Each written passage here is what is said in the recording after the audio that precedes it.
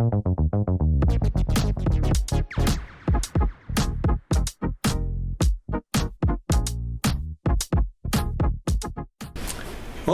welcome to our third podcast on the topic of AI. I think this one might end up being our most relevant, not because of the person we interviewed the previous two times is currently our camera person and not one of the people we're questioning, but because we're getting much closer right now to implementing not only an AI plan, but also an AI policy. And the 6 students who are gathered with me today are playing a pivotal role in that. So we're happy that you could join us for this installment of the Superintendent Spotlight Series. I'm Michael Portas, Superintendent of Schools for Pequannock Township School District. I'll give each of my representatives from the AI Committee an opportunity to introduce themselves by first name only. If you could just say your name and then how you got involved with this project, then we'll launch into our series of 4 questions and give you guys a chance to share your experiences, your insights, and hopefully provide some guidance on where we're going next with this rather ambitious project. So. First, for introductions, you're closest to me, you drew that straw. All right, my name is Sean. I just got involved in this project because I went up to Mr. Shea a few weeks ago and I was like, hey, I saw this really cool open source project where we can take a AI model like what Facebook uses with their llama, and we can self-host it on a computer and have complete control over it. So we'd not only have like our own AI model, but we'd be able to train it with our own information. So we could feed it like the student handbook or the syllabus, and a student could be like, hey, does the handbook clarify whether I can do this? And the AI should be able to reference that and give them hopefully a good answer. And Mr. Shea was like, wow, that's really cool. And he invited me to come join the AI committee, and here I am now. Nice, so that was your you had me at hello moment. Yeah. Excellent. Next up.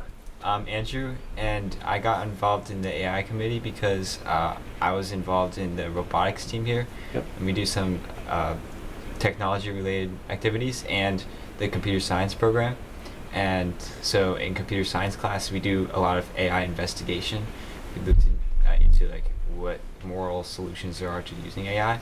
And so I was contacted by Mr. Shea to see if I would be interested in joined this program, so yeah, I was interested, so here I am.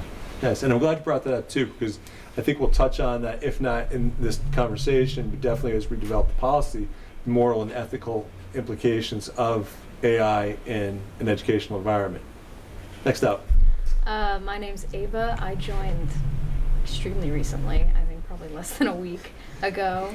My friend Cassidy in it, as you can see, in the AI committee.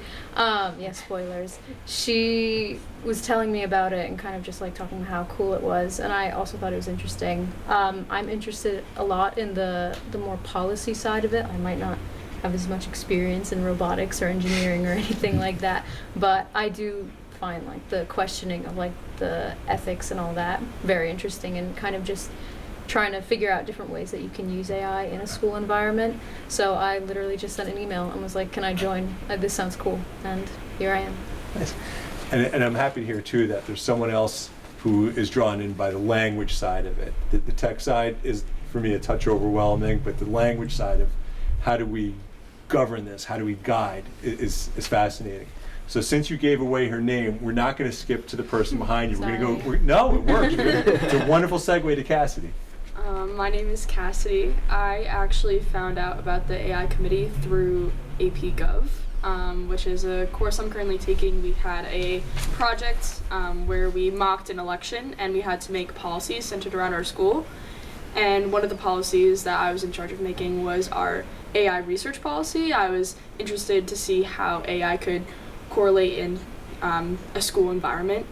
And I was actually approached personally about it afterwards, saying, hey, we have this cool AI committee, would you like to join? And of course, here I am now, so I joined. And yeah, I'm really excited to be in it and just see how we can implement it into our school policy. Very cool. I am Dora. I joined because Andrew was like, you should join if you have an interest in learning about AI. And so I haven't had much experience like using it, so it's cool to learn how to use it safely and use it more.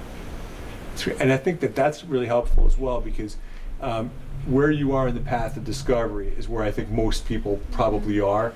where sometimes when you achieve a level of expertise, it becomes harder to explain something to somebody who's a beginner. Like, I'm thinking your level of facility with this is so far beyond where I am that you might just automatically skip steps in the explanation because unconsciously you already have this mastery, where Dora and I can go through those slow initial steps and try to figure out, okay, this is how we explain it to somebody.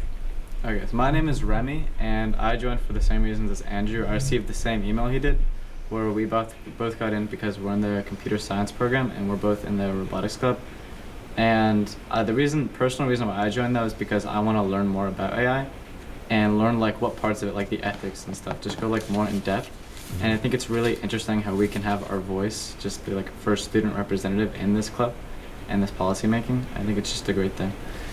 And I certainly agree with that, and that is something that we'll get into as part of the fourth question, but it's very exciting for me, and it's I guess spoiler alert, but I did talk to them about it, that I've been involved in policy making at the superintendent level for 6 years, but as an administrator for 14 years, and I've never known of any policy at the school level that's really had student voice as a part of it.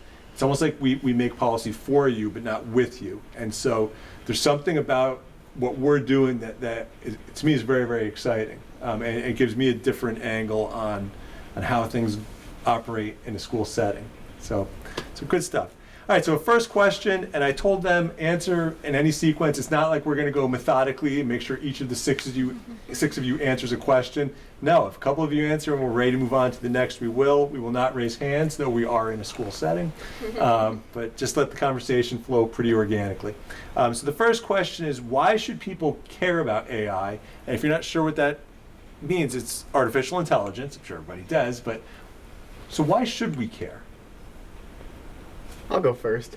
So one of the things I do a lot is I'm involved with computers and cybersecurity. Like, I'm doing a share time program all about cybersecurity and information protection, to where I learn how computers work and how we defend them. And one of the biggest trends I've been seeing nowadays is how artificial intelligence and machine learning, which is kind of like artificial intelligence, but it's more user controlled of like what it knows. It's being incorporated a lot with our security systems. So there's these things called IDS and IPS, intrusion detection and prevention systems.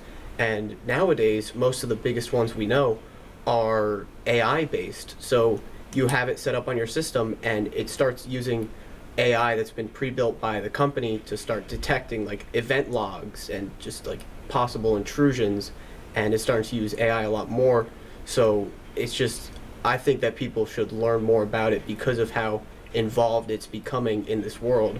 And especially nowadays, like most of the apps people use on their phone have some sort of AI. Like even Amazon has their own AI for some reason. And so I think it's great to learn about it, and especially at like a student, like high schooler level, just because of how exponentially AI has been growing in our everyday lives. Yeah, and I feel like from what you described, a lot of it's in the background, so we're not seeing it as much yet. Although if I start typing a text on my phone, autocorrect has been my nemesis for years. It's been a supporter too, but I'm finding now that I'm getting recommendations on next words that I would likely use, and they're pretty accurate. So I guess I do see it, but just not the terribly deep version. But what else can you guys say about, so why should we care? I could say, as a student who's going to be attending college soon, a lot of things that are coming up at college tours, or like people talking about college, are that people interviewing for jobs are getting faced with AI. Like, they're actually using AI as a part of their job interview process. So I thought that was like the first sign of AI actually being like integrated into society. I knew what ChatGPT was. I knew that like students used it and it was coming up on social media, but the fact that I could be faced with AI in the job interview process and that could dictate if I get a job or not was like particularly almost scary at first. I was scared that it was getting incorporated into society, but I think it's important for people to learn about it so that fear eventually like declines over time. And it's in our world around us, like Sean said, and it's just gonna keep growing, so it's important that people know about it. Yeah, I agree with a lot of the stuff she said in terms of understanding AI and just becoming more educated about it. I think if you become more educated about it, even if you choose not to use it, I think it's one of those things where it's hard because it's going to be in our society whether or not we want it to be. Mm-hmm.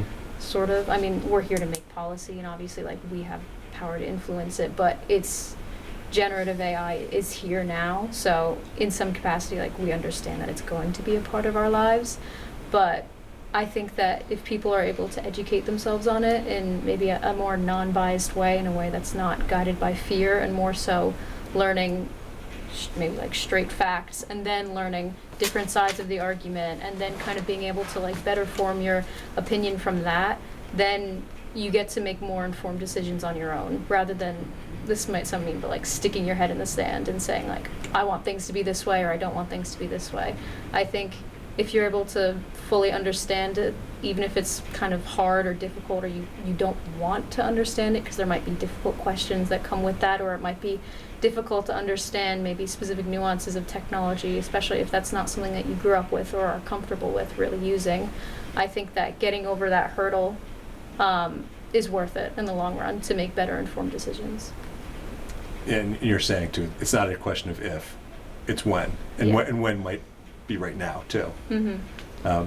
Anybody else on the why should we care topic? I think also like AI now, there's even schools that like use AI well, I recently found out that there's Texas schools that teach students with AI, like the teacher is an AI, so the students get one-on-one, and then you also get different methods to learn things, and like one method might be better for one instead of having a teacher who only knows like one or two ways to teach. Mm-hmm. Yeah, and we've talked in education circles about that.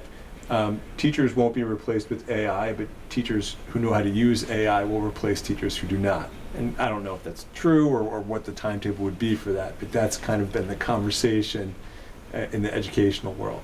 But it sounds like it's knocking on the door. Mm-hmm. I just wanted to mention that if you just reshape the question very slightly to why should we be informed about AI instead of why should I care about AI, Mm-hmm. it opens a whole different book, because if you want to be informed about AI, you need to know about what it can do to help you, but also what to avoid. So so people out there who don't know what AI is, they should definitely look into it and make sure they are able to write out like what AI is or software that they should avoid. Yep. And we talked as a group, and it was actually in another, we're in the media center at the high school right now, but we were in another part of the room, and we were talking about what should be blocked. And there was one resource that came up, and you guys on the spot were like, oh yeah, block that one. Which resource was it? It was a DeepSeek. DeepSeek. Yeah. So why should I be informed about DeepSeek, and per your guidance, avoid it? So DeepSeek, for those who don't know, is a Chinese-owned, completely Chinese-owned AI. So it's like their version of ChatGPT. It's a trained model based off data sets, and it was done with like a 1/100th of the budget ChatGPT used. But it's a big privacy concern because it's entirely Chinese-owned, and so it brings up the ethical concerns of, all right, who owns my data? What really happens to what I say to it? Yep. So that's why it was the first meeting I attended, and I was like, all right, flat out, I think we should just block AI. And I think right after that meeting, Mr. Shea went and blocked it on all the school devices. So that's one less one we got to worry about. Yep. But that's a huge one too. And I think you guys have already started answering the second question, but that we have to be very mindful as a school district about privacy, because there are so many vendors or whoever else who want to have a piece of your information, because your data, your information is so valuable. They want mine as well. And part of our job is to make sure that we keep it safe and secure. We talk about, what if we generated analysis of student learning growth for individual students? Okay, that'd be great. Where's that information going? Because if there are any personal identifiers, we talked about PIIs, personally identifiable information, we have to be very careful that that doesn't get out of here, because it's our responsibility to keep your information here. So yeah, the DeepSeek, when you guys first brought it up, I definitely had one of those, type of moments because you don't know where the information's going. And I know Mr. Shea has spoken about it, that a lot of these resources too, they set a cut age of 18, which is rather telling about how much of that information is actually making its way out. Yeah, and that's actually part of how I got involved in the AI committee, is because when I went to Mr. Shea with this self-hosted AI model idea, another thing that I was working about is a lot of stuff we went over in my college class was talk about laws like COPA and FERPA and just data privacy. So I said to Mr. Shea, I'm like, hey, if we build this, then it's all self-hosted. We don't have to worry about it going to the cloud and who owns it there. It'll all just be on a piece of physical hardware in our building, so we'd have complete control over the data. Because it is using like Facebook's AI model, but it's completely deprived of everything Facebook related. And it's this thing called containerization, where it separates it from everything else on the network and on the computer. So we have full control over what it gets access to, what it doesn't have access to, where the data goes. So we'd have full control over basically everything anyone sends to it. Yeah, and I have, in my household, my 3 kids are 20, 22, and 24. I'm giving out their personal information, but as they're entering, either have entered or are entering the workforce, they need to understand it. And to your point, Cassidy, absolutely. One of them, in doing an internship, was advised, you are to use AI to generate documents, but it has to be an internal version so that the corporation owns the information as it's developed. But it was interesting to hear you talk about that for the college tours as well, because last time I went on a college tour was 3 years ago. We heard nothing about AI, nothing. And here we are 3 years later, and it sounds like it's very prominent. Yeah. Another thing with the DeepSeek thing, I've never gone on it for all the reasons that we stated, but my understanding is that also some of the information that they give or that you can get from it can be biased, because specifically it is from, I mean, I guess this is true, like, depending on whatever country it's made from, but like specifically, I know there's some stuff, like if you ask it, because it's a Chinese-owned company, if you ask it stuff about Taiwan, it might give different information than you would get in the US. And I also know that with ChatGPT, sometimes if you ask it certain questions, I guess whoever made ChatGPT, what's it called again? OpenAI. They have taken it upon themselves to restrict certain questions to avoid bias. And I know this is true for like Alexa as well. Like, you can't ask it who should have won in 2024, the presidential election. Like, there's certain things that they don't answer because of bias or whatever. I know specifically if you ask it a lot of stuff with politics and government, it'll say like, I can't answer that because like procedural safeguards. For reasons, I guess, moral, ethical reasons. But I think that that's another reason, going back to the question from before, why it's important to understand AI, specifically what platform you're using and who made it and where it's getting the information from, and kind of just understanding all the nuances with that. Boy, that's pretty sophisticated analysis of the first question. Usually the first question is kind of like, all right, I'm going to lob one up for you guys. Second one, and this one's on a more personal level, and I think you've kind of alluded to it, but can you share some of your experiences with using artificial intelligence? Last year, this is just like a super specific example, I used it when I was preparing for my Seal of Biliteracy test. So I took it for Spanish and French, and the problem with trying to take a test, 2 different tests for languages that are very similar, is sometimes my brain will get jumbled and like mix the 2 together, which obviously I can't do on the actual test. So I used ChatGPT, and I was just kind of like, hey, can you have a conversation with me in French? And can you respond back to me, but then also correct what I said? And there were multiple times where it caught me slipping into Spanish because I was trying to do both at the same time. And I remember at that point, I definitely knew a lot less about AI, and I was kind of just like, oh, I'll try this, see what it does, kind of thing. But it was a fun moment being able to like think of a way to use it and then trying it and then it actually working. The only bad part with that is that I had no way of checking whether or not it was right, really. So it could have been telling me something that was completely wrong, but I don't think it was. So similar to that, even our own Spanish teachers from our school, even my own Spanish teacher, D-Rot, he gave us a link to an AI thing where it would speak to you and just have a conversation with you, like how she had it. Wow. And it was right before the biliteracy test too, where he's like, you should just talk with it and then get used to how it sounds, and it'll probably improve your hearing and your own speaking with it. And as an AP student, I've also used it a lot just to get creative with the prompts. So in some of the classes that I have or have taken, I'll take a piece of my writing, take the AP College Board rubric, and spit that piece of writing into ChatGPT with the rubric and be like, can you give me a score based on this rubric? And of course it's not exactly accurate or what my teacher or College Board would be thinking at the time, but it gives me good insight on how my writing sounds and what could possibly get me better scores.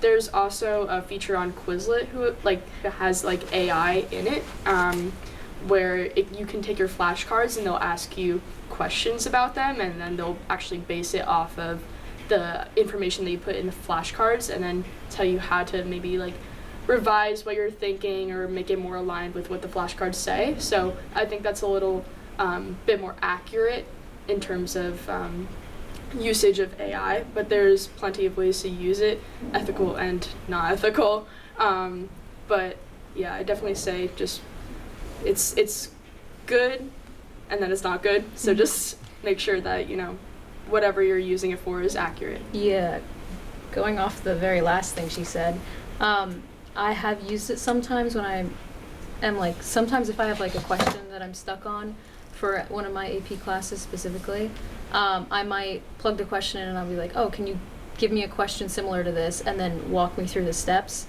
And when you're using AI, I guess maybe it's because it's so new, or maybe because it's based off of stuff that people put online, and because of human error, we're not always right. So the AI is not always right. But it will give me things, and I'll be looking at it, and I'm like, I don't know if that's true. So there's definitely still, you definitely still have to look at what it feeds you critically and try to catch the mistakes, because there are mistakes. And there are times where literally I'll plug something in, it'll say something to me, and I'll just say, double check that. And they'll be like, oh yeah, sorry. Yeah. I didn't even have to point out specifically what was wrong. So there's definitely still a critical lens that I think we have to view literally every single answer we get from AI with. And I'm curious about other experiences you guys have had too, but from what Cassidy was talking about, as somebody who still likes to, I still like to think of myself as a teacher. I've been out of the classroom for quite a while, but what you're talking about is outstanding practice to ensure a certain depth of learning and understanding. So when you quiz yourself on something, that is such a great way to help deepen your own understanding of it. And it's a really great practice if you're preparing for an assessment. Don't just keep rereading the same thing 4 times. Quiz yourself on it. But the fact that you can participate in a feedback loop almost immediately and get that feedback and then move forward with it, that's to me, that's an enormous contribution to the learning process. And so what you were saying, Ava, that I've struggled with, if I was still teaching English, I taught high school English, and I remember the biggest struggle for a lot of my students was writing introductions. That first paragraph is oftentimes brutal. I wonder if I would encourage kids, just have AI generate one for you. Don't use it as your own, but look at it and see what that unlocks and triggers. But I don't know where educators now would feel about that, because I kind of look at education almost in the abstract as opposed to as a practitioner. So it's fascinating to hear as you guys are talking about this, and I'm already starting to think of possible ethical things beyond that. Of course, this is not about me, it's about you. So what else can you talk about with your experiences? For my physics class, personally, I've used it. So there's been some questions where I have no idea where to start, and I prompted asking for which formula should I use, and then sometimes it'd give me a random formula, and then I'd have to talk to it again, being like, no, don't use that, use this specific topic that we're talking about. And then talking about what we're talking about for why we should care about it, I think knowing how to prompt it is a big thing, because with my if I was going to use a formula that ChatGPT gave me that my teacher never taught me, I feel I would just get confused over it on the test and perform more or less or worse. So if I would have known to prompt it better, then I would have obviously done better on the test. And also in other classes such as APUSH, I've used it for note cards to like shorten down to like, I'd have like a long writing about a certain person. I needed like, hey, can you summarize this in like 2 sentences? Yep. Because for my note cards, I just wanted to be short and simplistic. And then also, I would have like writing for like an LEQ, which is a long essay question, and it'd be over a general topic over a long period of time, such as like the Cold War, and I'd be like, what would be some economic like LEQ practices that would be like, what would be an example of one during that time period? And it would like give me, and I'd be like, okay. And then I would just use that to study basically. And there's a huge component of critical thinking for you to be able to look at it and say, no, not that formula. Yeah. It shows you're activating your own level of understanding to be able to say, no, that's not it. And then it should help, obviously, generate the next idea. But there's evidence of understanding, but not to the depth that you wanted it to be. Yeah. And as you can tell, I'm getting very excited thinking about this through an educator's lens. Anything else from your experiences? Yeah, so I know for me, I've been working with AI for like probably about like 3 years now. I forget when ChatGPT really came out. And I've just seen it change over the years. And so one of the biggest things I've been working on is called prompt engineering, to where instead of my prompt being like, all right, here's a photo of my work, give me an answer, my prompt will be like almost an introduction paragraph for an essay. And I'll be like, let's say I'm using it for my English class, I'm like, all right, here's my essay, here's another essay that I did good on, because you can upload files now to ChatGPT, especially because I pay for it. So I'm like, all right, here's the essay I just wrote, here's some other ones that I've written and done well on, here's the rubric, here's the prompt, give me feedback. And then before I'd turn it into the teacher, I'd implement that feedback, and I'd usually see a grade change of like 5-10 points. And I know for physics, I do kind of what Remy does, and if, let's say I was just working on my quarterly study guide, and it's some really tough units, so I'm like, all right, here's some questions from my study guide, and here's the formula sheet that we've built so far for everything we've learned, based on the formula sheet, and sometimes I'll upload my notes too from my notebook. Based on the formula sheet and the notes, give me questions that'll help guide me in the right direction to helping understand these questions better. So I'll prompt it to not give me the answer, but teach me and like give me questions that'll help me understand how to get to the answer. And because my physics class is pretty tough class, and so sometimes if I'm struggling in class, I'll just go, and I know my teacher hates AI. He thinks that you should never use AI until you're at like the master level of a subject, and I just don't think that. So that's why I've, for these past few years, been teaching myself how to use it and how to efficiently use it to improve my schoolwork. For me, I kind of view AI, this is like the nitty gritty, I kind of view AI as something that it should be used kind of to aid rather than really create. I saw someone, okay, sorry, I just went like 5 places at once. Online, there's a lot of controversy over people using AI for art. I know that. Because people talk a lot about how that specifically is like the complete antithesis of art, because it's like not a human being making it, and there's a lot of debate over that, and I guess that would be most closely applicable to like an English class or something. And I remember seeing someone online saying something like, AI can't make art, it can make content, which I thought was really interesting, and that's something that stuck in my head a lot. And that's why when I use AI at this point in my life, I try to make a very clear distinction between it being a tool to aid me versus something that would like give me an answer. So that's why at this point, I try to, like if I'm given a prompt by a teacher, I wouldn't ask the AI to create something like an example for me from that prompt. I might ask them to make another prompt and then answer that prompt, because my worry would be that if it answers that prompt, even if I'm using it as an example and I'm not trying to copy it at all, the whole point, I think, of getting the feedback from the AI would be so that way when you see the feedback, you're able to then apply it next time, so that way you can improve as a student individually. But I would worry that if I write something and then I send it to ChatGPT or what have you, and it gives me corrections, then I'm just like, oh, okay, boom. And then I copy and paste it, but then I end up writing something of the same quality next time. Whereas to me, if it kind of gives me like a parallel essay that's similar but not the same, like I can't just copy and paste or apply the exact same things and put them all in the same spot, then that would force me to think critically and say, okay, these are the things that made this essay great. And so now I have to think critically and then apply that to my essay, which means next time, since I've put in the work there of comparing the two and editing the essay myself, then next time I go to write an essay, I know how to implement those changes rather than just the AI giving me straight feedback, which can definitely be useful in certain circumstances, but for me in education, I'm trying to improve myself. I feel like that would be different if it was for like a business though, but we're talking about education. And that's a great distinction too, because education, we want to value the process. We want you to do things that create repeatable habits, and those habits are of mind, of creativity, or whatever else.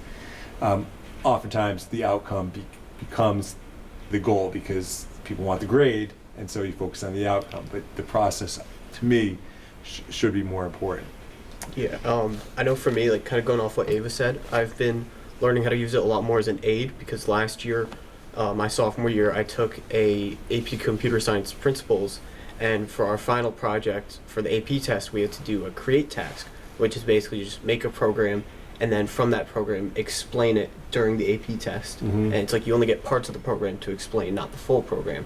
And so I did a gym stat tracker, so you could track like your bench PR, deadlift PR, stuff like that. And one of the things we had to do is use lists in Python, which are just lists of strings. So it's like if I say my deadlift is like a 405, it'll remember that, but then the next time the program runs, it won't remember that. And so one of the things I used AI to teach myself was databases. So I could just import a few lines of code and it'd create a file in the same directory as the program that would save the data. But that's a really advanced topic, so we never learned that in the class because this is for people that had like a basic understanding of Python to help improve their skills. But I wanted to use this advanced feature, so we were using this tool called Replit, and at the time it had Copilot, which is GitHub's AI built into it, and I'd use it to improve my code and just learn from that. So I taught myself like many new subjects just from improving my code.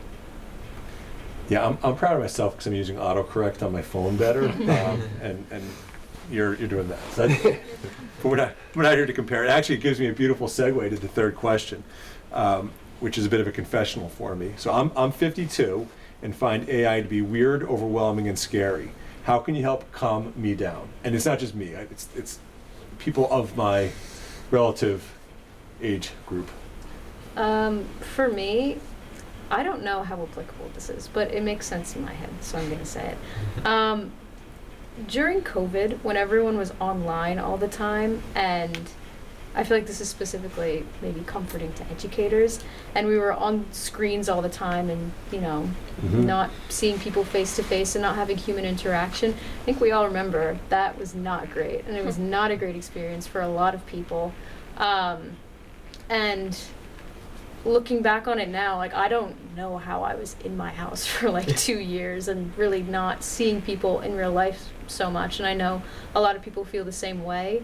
So I think that as much as AI is changing the landscape of our society and how we do things, I think that kind of going back and thinking about that and seeing how that was, I feel like, one of the times where like we as a society were the most dependent on technology, and we saw that it wasn't a sufficient replacement for human interaction and connection. So I think that we can see that, and that kind of takes off a bit of the stress or the load and worries about that, because it didn't work. Like the Zoom didn't replace having a teacher. I didn't learn as much then, and I didn't enjoy it as much. And that was probably one of the periods that I disliked school the most, because I was just sitting on my sofa all the time. But yeah.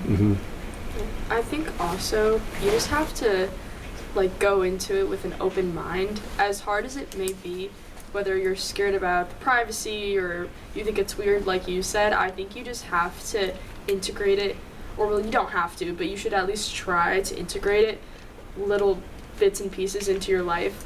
Whether you have an Alexa at home and you're just asking her like, hey, when was this celebrity born? Like, little things like that, I think, will get you to realize that it's more of a helpful tool the more you become informed on it. Because we talk about ethical use, we say the privacy concerns, they're scary, they're daunting, and kids use it to cheat all the time. But really, when you learn how to properly use it, it can actually be way more helpful. And so I think just keeping that open mind and then slowly learning about it will help you, I guess, become more used to it, because it's, like we said earlier, it's becoming a part of our society whether we like it or not.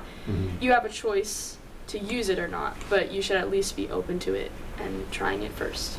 Yeah, and expanding on that, I know that most user-based AIs are designed to be easy to use, and so I think that the most important step in figuring out how to use AI is to start.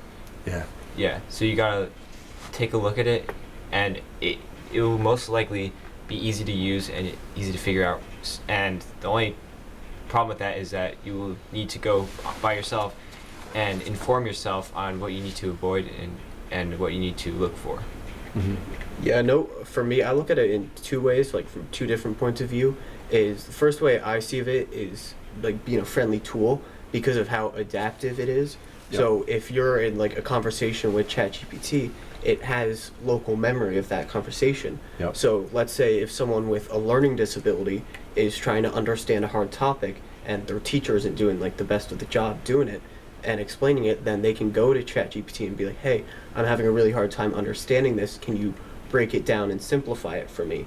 And it becomes adaptive to the user. So it'll learn from that and learn how to explain it in an efficient way while still keeping it simple enough for both the person to understand and get the point across of the topic. And I also look at it from a computer standpoint because, especially with cybersecurity, which is what I'm trying to get into, AI will never be powerful enough to replace a human. Like, there will always be someone there to train it, to train the machine learning, but there's just some jobs that it cannot replace, like live, like threat hunting and penetration testing. Like, yeah, you can try and automate some scripts that'll work with a few different types of websites, but you still need the adaptive human knowledge to live react to something, especially if you're trying to fix a problem with, like, let's say you have a vulnerability on your website and you just need a human there to find it and be able to fix it. So there's just some things that AI will never replace. Yeah, and I like that idea. Like your example from earlier, though, I think it twitches every time somebody brings up the COVID learning experience. that was not a fun part of my professional existence. But it is important to note that we still do need people. And something from what you brought up, Sean, is that I've observed a lot of classes at a lot of levels, and if a teacher asks, does anybody not understand this? I think in all my years, I've never once seen somebody go, oh yeah, no, nope, completely in the dark. It's everyone. Yeah, but if I have a tool that I can use that doesn't make me feel embarrassed about not knowing, like this just in every lesson, there are a ton of people out there who don't know what's going on, but it's hard to raise your hand, especially at certain age levels too, where there's that feeling of awkwardness. But to have that, I think you call it a friendly tool that you can go to, and it gets back to the word that Andrew used before, and actually Cassidy, you echoed it, informed. Like that, if you feel informed, you can make that first step, and I think that's for someone in my group, I'll call it, to make that first step, and then make the second step, and then there's a saying, how do you eat an elephant? One bite at a time. And I feel like it's easy to look at the whole elephant and be like, dear Lord, it's impossible. But step by step. Anything else that you guys want to add in? I feel like part of that is also having constant exposure, so like you get used to it, and it's not so jarring if you take the whole thing at one time. It takes like a longer period of time to learn and to find like mistakes that you make using it, or like find how you can use it in different ways. Yeah. And you talked about how your prompts over the years have gotten to be so long, and that's, I think that gets the idea that the answers aren't the hard part. The questions are the hard part, and knowing how to frame the questions, or in this case the prompts, is so important. And to build towards that, I guess you have to figure out as you're going. Oh, this didn't work. Okay, so now what if I try this? A lot of trial and error. Yeah, I was at a cybersecurity event at my college, and they had a panel of speakers there, and there was one guy at the end. He's like a multi-millionaire from just like cybersecurity and working in computers, and he said the biggest piece of advice he could ever give someone is to learn prompt engineering and just learn how to get what you want from even just the first few times, and then eventually baking it into getting it the first time, and have your prompts be like almost an essay. I've seen some people who they need the scroll bar and it's like this big on their computer screen because their prompt is so detailed of just really getting what they want and doing it efficiently. Yeah. Tell you what, I think I brought up one of our meetings. Check out what Google's paying for entry-level prompt engineers. It's quite impressive. Yeah. Quite impressive. Maybe I should get to work on that. Maybe my second gig.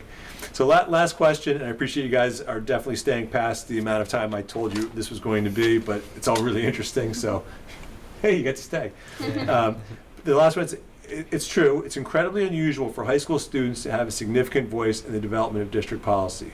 It's also wonderful, at least through my lens.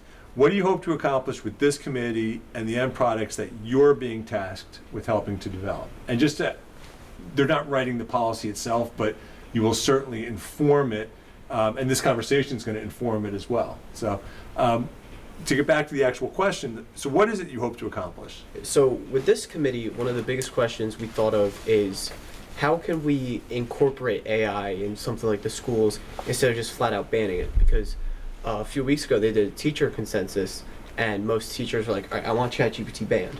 I just want it banned flat out. I don't like it. But our goal is figuring out how we can implement it efficiently in the schools. So one of the things, just earlier this week, we went to the staff meeting. Yep. There was 5 of us there, and we showed off a model that we made of how teachers can say you want no AI, partial AI, or full AI. And it's almost like a rubric of what you'd want to use on an assignment. Mm-hmm. And actually, it was pretty fun. I got to give the teachers homework and for their next department meeting, where they get to fill out their own version of that. Yeah. And so they can write examples for what they think no AI would look like versus partial AI or using full AI in assignment, because the math department could vary so much differently from the English department, Yep. and those would all vary from the science department. So we're trying to really break it down and figure out how we can efficiently incorporate it and start teaching it in each department. Mm-hmm. And one of the other things we were looking at too is incorporating it in some of the classes, like actually teaching it. Like Yep. freshmen take the CBIT class, and figuring out if we can put like maybe a lesson in there of just teaching even just the basics of AI to help people start learning it and getting used to it, and like you said, being less scared of it. Mm-hmm.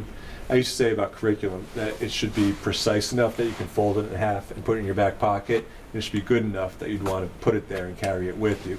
And I think the same applies to policy too. And I'm totally stepping over the other 5 of you who I'm sure have something to say, and I hope you will, but that the policy has to be concise, and we're dealing with such wide variations in content areas, and yet we still have to find something that's going to be, I guess, global enough to accommodate that and not be a 48-page policy that'll be useless unless you put it through AI to summarize it. But you want to make sure that it's usable, that it's workable, and something that Mr. Shea is going to be tasked with is having an AI plan that's going to be fluid, because the policy will be outdated probably right around the same time we publish it.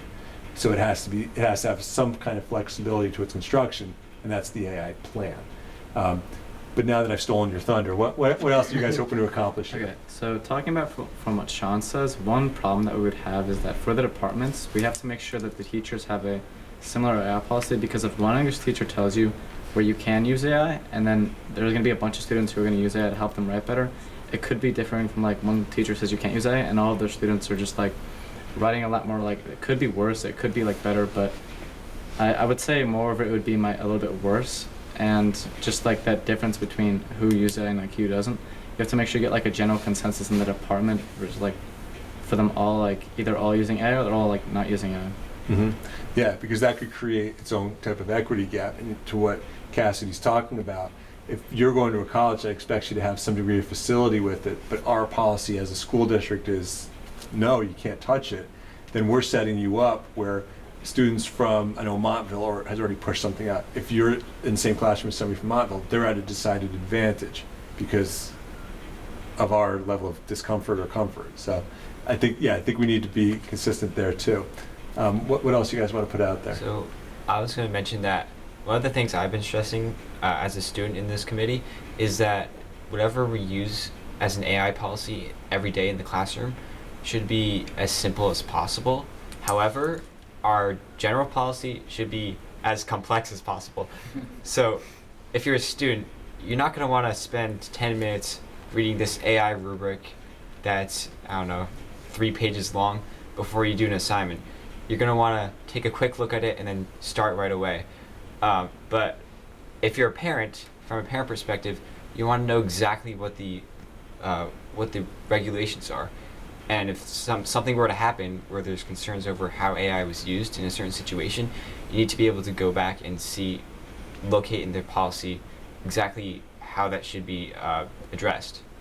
Yeah, so that's actually why we went to the staff meeting on Tuesday, is so we can start getting an idea from the teachers about how they feel about AI. Like, I know I gave it to one of the science teachers, and just straight from the get-go, he was already asking questions about it, like how you can use it, because he hates AI. But there are some teachers, like in the world language department, that love to use AI. So that's why we're breaking off into each department next meeting, and we're gonna have all the teachers fill out this form, and we're really gonna like get down in the nitty-gritty to build a website, basically, of just defining the policy and breaking it down for each department. So not only the teachers can understand it, but also the students. So if they have a question, they should be able to go to this website and be like, oh, okay, I see what it means, like the difference between partial AI and full AI. And also the parents give them the ease of mind. Yeah. And I love that you have teachers who are comfortable and confident enough in themselves to share that openly. Walt Whitman made a great point 150 years ago that the mark of intelligence is the ability to have your mind changed. And so if I'm fervently opposed to something, but I'm willing to listen to someone else's perspective and let that inform my thinking, that to me shows a great deal of complexity as a scholar, and educators are scholars. And I like what you said, except for the complex part on the district side, because that makes my job way harder. But you actually used an Albert Einstein quote that I love, which is make everything as simple as possible, but no simpler. And the more simple something is, the more likely it is to be applied and used. So if you have something in the classroom, all right, guys, look at this 8-page. Yeah, no, thank you. I'm going to check out. But if it's simple, if it's 1 page, or if it's got colors, if it's graphic, whatever it might be, it'll get used. Anything else from the overall group? I feel like part of it is, like the faculty said, they're more likely to talk to children and be influenced by children than, like, say, someone of their same age. Yep. And also that just means us joining the group means we get the opinions that some of them might have not heard of, because people are more willing to, like, tell us how they think. And so my own personal experience, I've heard teachers that are trying to use AI, and recently they've been trying to, like, learn how to use it more in their classes and assignments. Yep. But, like, they don't know how to do it yet. So I think us including AI officially into, like, the school would, like, further develop how it can be used and how to teach better. It's phenomenal. And I'll say it again, I'm so impressed with their openness too, to say, hey guys, I'm trying this and I'm struggling with it. It's not easy to do, especially when you're at work. But to expose that vulnerability and that willingness is really impressive. And for you, the collective you, to have earned that level of trust from them is really impressive as well. It speaks very highly of how you present and also how you respond, because clearly they want to engage with you. I mean, you know the people, you bring something up, they give you this overdone answer, and you're like, okay, I'm never going to ask you a question ever again. To be the polar opposite is quite exciting. Anything else about just what we're hoping to accomplish here? Yeah, I guess the way that I think about it is we're trying to accomplish the Goldilocks of AI policy. Yes. One that accommodates students who either they're gonna want to use AI fully and just, like, cheat on all their assignments, and the ones who maybe don't want to use it, or like they're not allowed to use it at home, or something of that matter, as well as teachers and administrators, ones who are against AI and ones in the middle, ones who are full AI. So I think the main goal is really to just accommodate all those needs, make awareness of it, because then again there's like also like the people who don't really know about it or are fully against it, so we want to make sure that they're at least aware of the opportunities that can be given with AI, and just making sure that that accommodates everyone. Yeah. Yeah, because I know, like, one of the things we're doing with this plan is the reason we're going to the teachers is because you can only fit so much on one page without it being like you need a magnifying glass to see everything. So we want to have just like a one-page scale of like a general, just no AI, partial or full AI, but we also want to have a detailed breakdown that students could go to if they have a question and like, all right, what does this really mean? That's for my department in like English compared to my math class. And so the teachers can have the one pager to point at for an assignment, and then the students can also have the resource of the website for really like knowing what it means. Yep.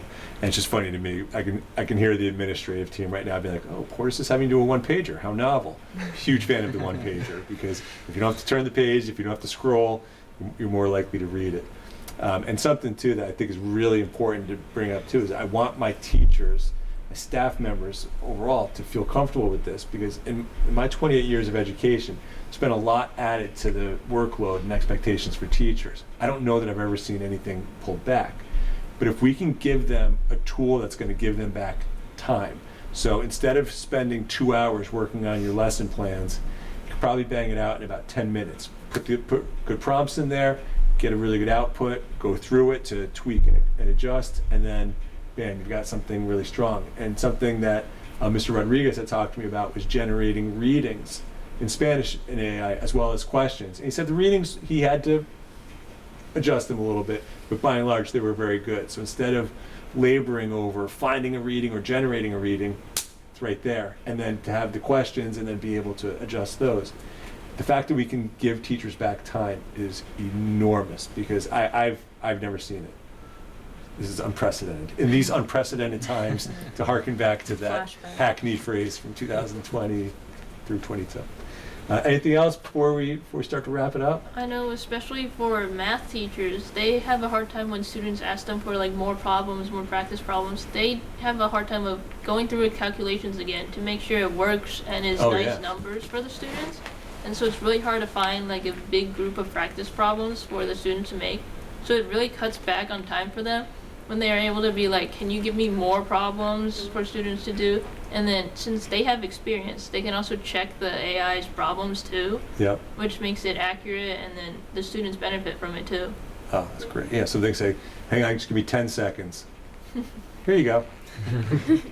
Yeah. I think for me, as long as there's like a human hand in everything that is put out by AI, then there's always that guarantee of there being a check on it. Like me personally, as a student, I hate the idea of having a teacher make something completely from AI and like feeling like they don't. It kind of comes across to me like they don't care, because then I'm gonna have to spend a large amount of time probably doing the assignment that was generated. And if I feel like I get the sense that it was made without any care, then I probably won't feel the need to put care. Not me individually. I as a student, general. The royal I. Yeah, exactly. I speak for everyone. But I think that as long as there's that understanding that there always has to be human check or human editing, and that there's still care put into everything that's produced, then I think that AI won't cross into like an ethical issue nearly as much as it might otherwise. Before, when we were kind of talking about how we can kind of alleviate fears to do with AI, I think AI is scary in general. I know that people kind of describe it as like a friendly tool. In my head, it's like a sleeping dragon. Like, I don't view it as like something that's going to be nice all the time. But I also think that there's some acceptance that has to come with that. Like it might be scary, and you just have to accept that. And just because something's scary doesn't mean you can run away from it or pretend like it doesn't exist. I think that if something is scary, then that's all the more reason that you should look into it and push past that hard part, because that means it's probably worth it.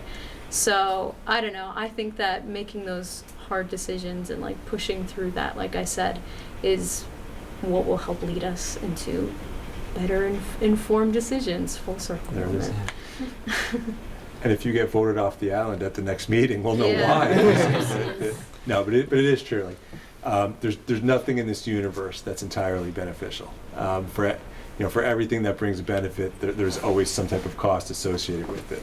There's a reason why medicine bottles or boxes generally have that 2-point font. But if you look at it, like, ooh, this could be pretty bad. But you search for the good and you try to regulate and moderate it. And I like that idea too, like constantly keeping a human eye and a human touch on it. And this way we can grow with it and not just be like, oh, we're done evolving. Let's just let the machines take over. So, excellent. Well, I really appreciate it. And you guys have given a lot of your time, energy, intellect, and yourselves for this project, but also really for this podcast. It's been wonderful, and I thank you, our viewers, for tuning in. I think we're going to be doing a lot more work with this. I don't know if I'm not promising a fourth AI podcast, but it could happen. Actually, I think after the plan and policy are done, we might just have to. So bring the band back together. But thank you truly to the 6 of you, as well as to my good friend Mr. Shea, and thank you to our viewer as well. I hope this has been, to use your word again, informative. I know you said informed. I know I've learned a lot, and I'm really excited about where we're going to go next. So, thanks, guys. Thank you. Thank you. Thank you.